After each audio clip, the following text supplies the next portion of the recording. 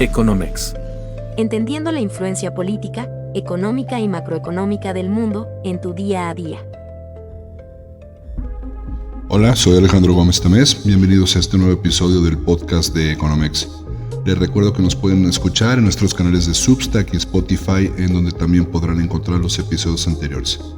Quiero agradecer de manera muy especial el apoyo de nuestros suscriptores de paga en Substack y en el blog de Economex, ya que ustedes hacen posible nuestras investigaciones. Quiero invitar a quienes no se han suscrito a que lo hagan ingresando al sitio economex.substack.com. Su apoyo y patrocinio son muy importantes. Gracias de antemano. Este es el episodio 29 del podcast y hoy quiero platicarles que el pasado 12 y 13 de septiembre estuve en Cartagena, Colombia, en el Congreso de Confecámaras, invitado por el distinguido empresario colombiano y presidente de Confecámaras, Julián Domínguez Rivera. Y en ese evento expuse la conferencia Latinoamérica, una potencia discreta que lo tiene todo, y a continuación quiero destacar algunos de los puntos más relevantes de mi presentación. Comencé comentándoles que el mundo está sumido en una profunda incertidumbre. Hay una serie de variables que hemos estado monitoreando, como lo que ha sucedido con la inflación después del COVID, y este proceso en el cual ha venido disminuyendo lentamente y como ha habido una alta inflación, las tasas de interés también se han mantenido elevadas y apenas estamos viendo que varios de los bancos centrales, sobre todo de la región latinoamericana, como Brasil, México, el propio Colombia, comienzan a bajar sus tasas de interés. Obviamente, estas altas tasas de interés han tenido un impacto en la actividad económica. Con tasas de interés más bajas, podemos tener mejores perspectivas de crecimiento, pero la actividad económica ha sido de un menor crecimiento en los últimos años, comparado con lo que veíamos, al menos en las 2 primeras décadas de este siglo. Obviamente hay mucha incertidumbre por el impacto en las elecciones de Estados Unidos, donde no se sabe quién va a ganar, si Kamala Harris o Donald Trump. También las finanzas públicas están cada vez más presionadas, niveles de deuda récord en la mayoría de los países, lo cual limita el gasto público hacia adelante.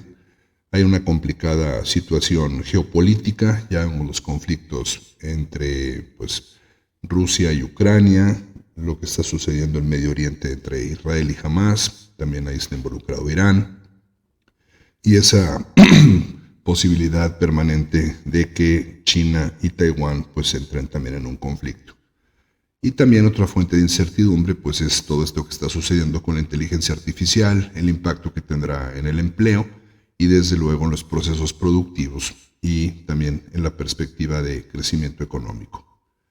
Y existen una serie de riesgos globales que se suman a todo lo que ya comenté, como los fenómenos climáticos extremos y también, el tema de la inteligencia artificial, como podemos darle ahí un doble enfoque, porque varios procesos productivos están siendo afectados y necesitamos entrar en un proceso de volver a capacitar a las personas para que puedan trabajar con estas nuevas herramientas.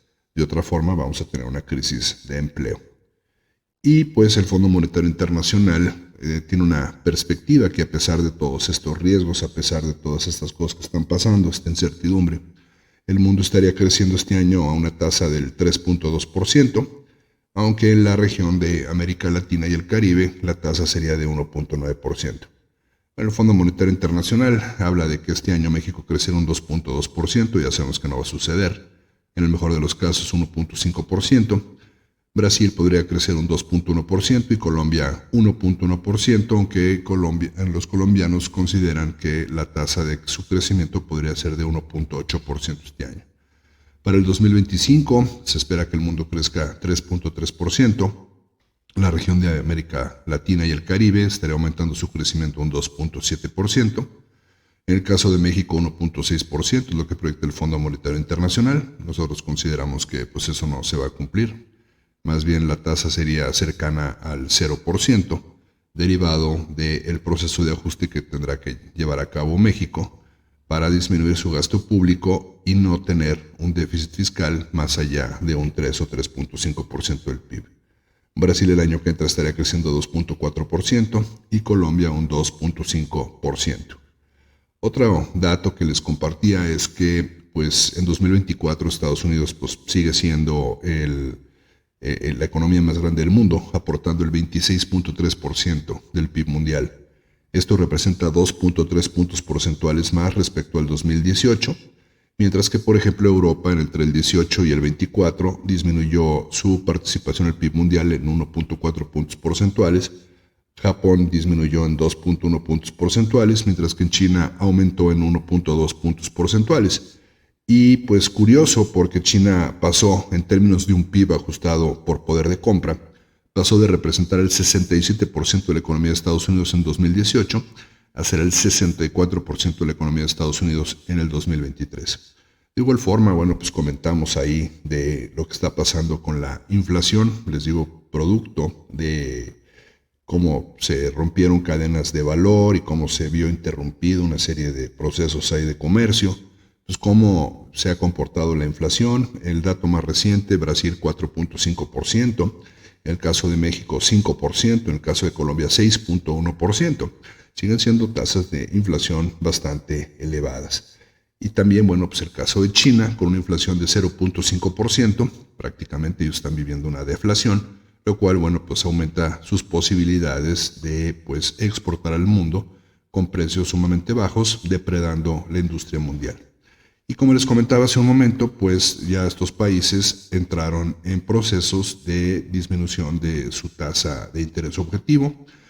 En el caso de Brasil, su último movimiento del Banco Central fue un recorte para ubicarla en 10.5%, su tasa objetivo. En el caso de México también fue un recorte y la tasa se ubica en 10.75%, aunque ahora en el mes de septiembre se espera un nuevo recorte en la tasa para ubicarla en 10.5%. Y en el caso de Colombia, también su último movimiento de política monetaria fue de un recorte para ubicar la tasa en 10.75%. Llama mucho la atención el caso de Argentina, que pues también su último movimiento fue un recorte y con una tasa de interés nominal en su Banco Central de 40%, siendo que tienen una inflación de 263%, lo cual, bueno, pues te da una tasa de interés real negativa de menos 223% en Argentina. El mundo está cada vez más endeudado. Les comenté de la deuda mundial que llegó a un récord de 315 billones de dólares, este es 315 con 12 ceros, en el 2024, lo cual representa el 333% del PIB. Y pues los países latinoamericanos, pues pareciera que en el reino de los ciegos el tuerto es rey. México con una deuda con respecto al PIB cercana al 50%, Colombia con una deuda respecto al PIB cercana al 60%, aunque cabe señalar que Colombia perdió en el 2021 su grado de inversión, Brasil con una deuda respecto al PIB de aproximadamente el 80% y el caso de Argentina cercano al 90%, lo cual, bueno, pues limita las posibilidades de gasto público por parte de estos países porque pues, sus deudas están llegando a niveles extremadamente elevados. Luego, pues ya hablando de la economía de Estados Unidos, se espera que haya un recorte en su tasa de interés en la reunión que se llevará a cabo entre el 17 y 18 de septiembre, la reunión del Banco de la Reserva Federal. Y bueno, pues Estados Unidos pasó de tener una tasa de entre 0 y 0.25% en enero del 2022 a la tasa actual que la alcanzaron desde el 2023 y que está en un rango de 5.25% a 5.5%. Por lo tanto, después de estas 11 alzas que tuvieron en este periodo, pues ya tendrían su primera disminución en esta reunión del 17 y 18 de septiembre, aunque no sabemos si el recorte de tasa será de 1/4 de punto porcentual o de medio punto porcentual. La economía de Estados Unidos se mantiene sólida, creció básicamente 2.8% en el segundo trimestre y pues esta fue una tasa superior al 1.4% que tuvieron en el primer trimestre del año y también fue superior al 2.1% que era lo que esperaba el mercado. Entonces este 2.8% se debe a que pues, los consumidores aumentaron su gasto, las empresas invirtieron más y pues también lograron disminuir su inflación a un 2.5% anual en el mes de agosto. No obstante lo anterior, pues el mercado asigna una probabilidad de que Estados Unidos entre en una recesión en los próximos 12 meses y esta probabilidad es del 38%, lo cual pues, es un nivel significativamente elevado.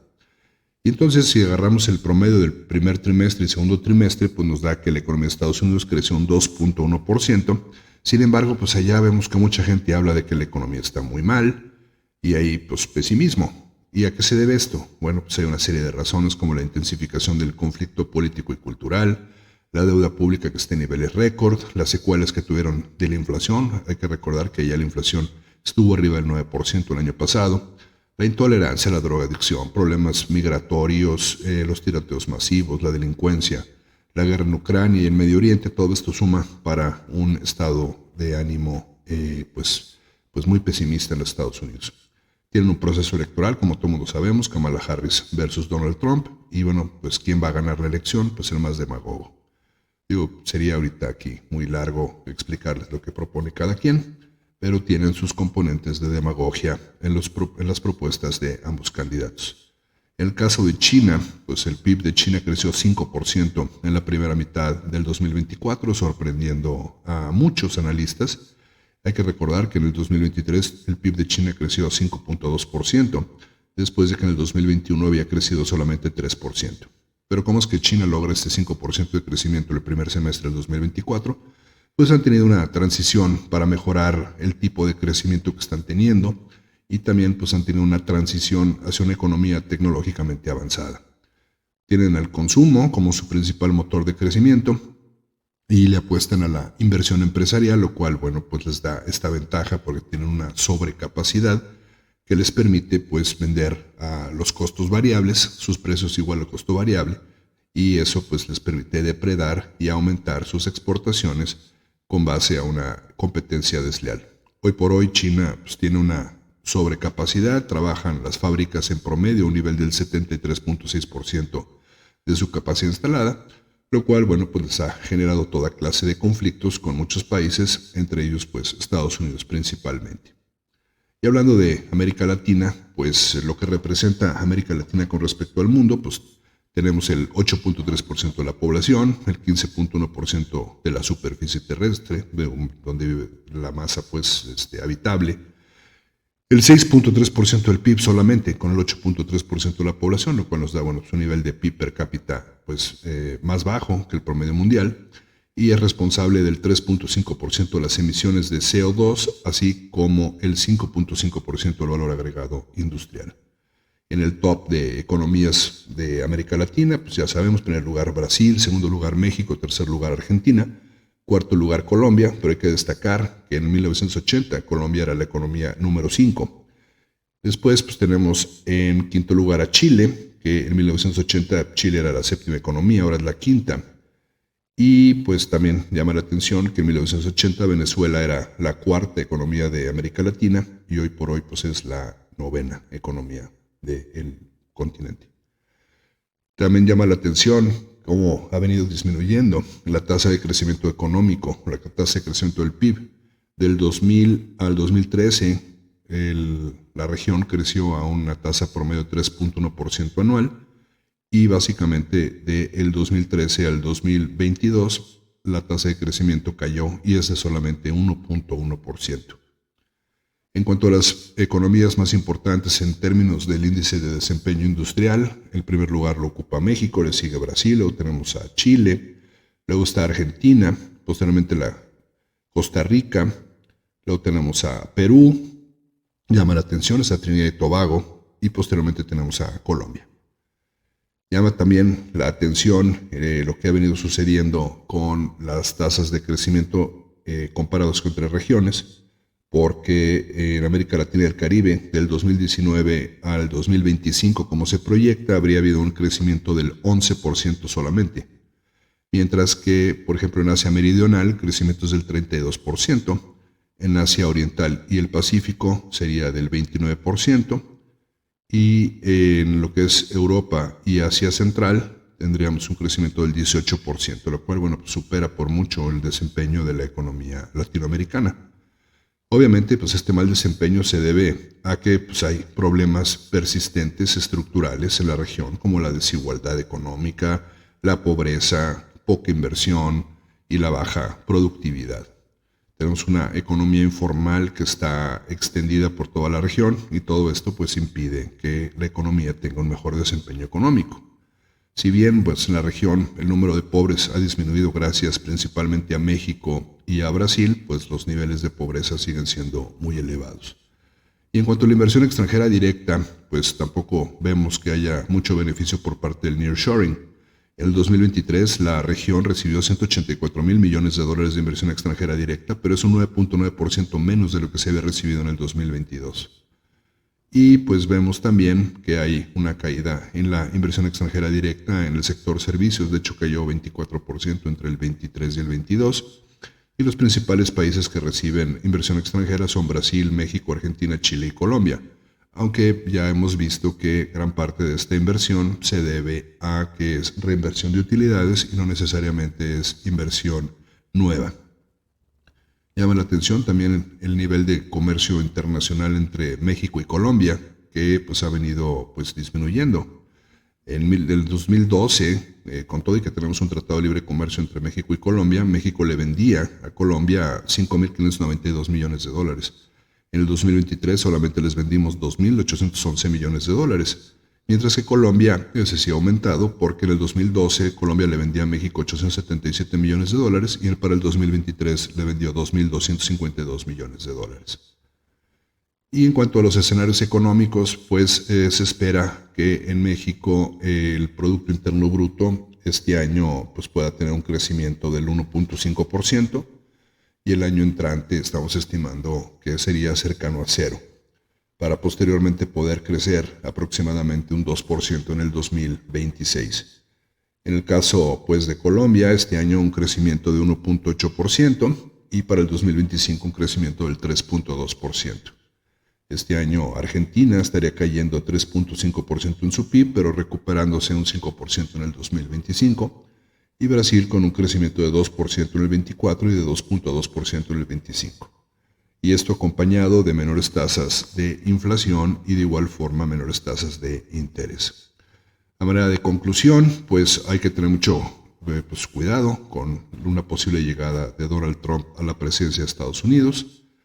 Ya sabemos pues que lo más probable es que va a ganar el candidato más demagogo, pero si Donald Trump pudiera ser muchísimo más disruptivo en términos de las políticas públicas. Hay que ver qué sucede con el déficit fiscal y el endeudamiento de Estados Unidos, porque eso va a afectar su desempeño económico y por lo tanto nuestras exportaciones hacia allá. Qué sucede con las guerras, conflictos calientes y fríos que están a lo largo del mundo. Uno de los mayores problemas que seguirán enfrentando las economías mundiales pues es la inflación y las elevadas tasas de interés. Y veremos también qué sucede con los BRICS, que tienen cada vez una mayor importancia. En términos pues de lo que debe hacer Latinoamérica para crecer, pues debe apostarle a la estabilidad política e institucional, algo que aquí en México pues, estamos haciendo todo lo contrario. Obviamente meterle la educación y la capacitación, desarrollar infraestructura moderna, tener al menos 5% del PIB invertido en infraestructura por parte del gobierno, de la diversificación económica, movernos hacia sectores de un mucho mayor valor agregado, una reforma fiscal que pues obtenga recursos de quienes no pagan impuestos el día de hoy, de igual forma pues mejorar el acceso al financiamiento, debe haber pues una mayor inversión por parte de las empresas en innovación y tecnología, fortalecer el comercio y la integración regional, pero de verdad no solamente en el papel. México sigue muy enfocado en la economía de Estados Unidos, 84% de nuestras exportaciones se van a Estados Unidos y no está volteando a ver a Latinoamérica. Trabajar en la sostenibilidad ambiental y desde luego la reducción de la desigualdad que es enorme en la región. A grosso modo, pues estas fueron las principales ideas de lo que fui allá a comentar en el Congreso de Confecámaras 2024. Nuevamente, pues muchas gracias a los organizadores. Y pues este es todo el podcast, todo el episodio del día de hoy. Espero haya sido de su interés. Me pueden encontrar en X, en @AlejandroGomezT. Y nuevamente, pues muchas gracias. Hasta la próxima.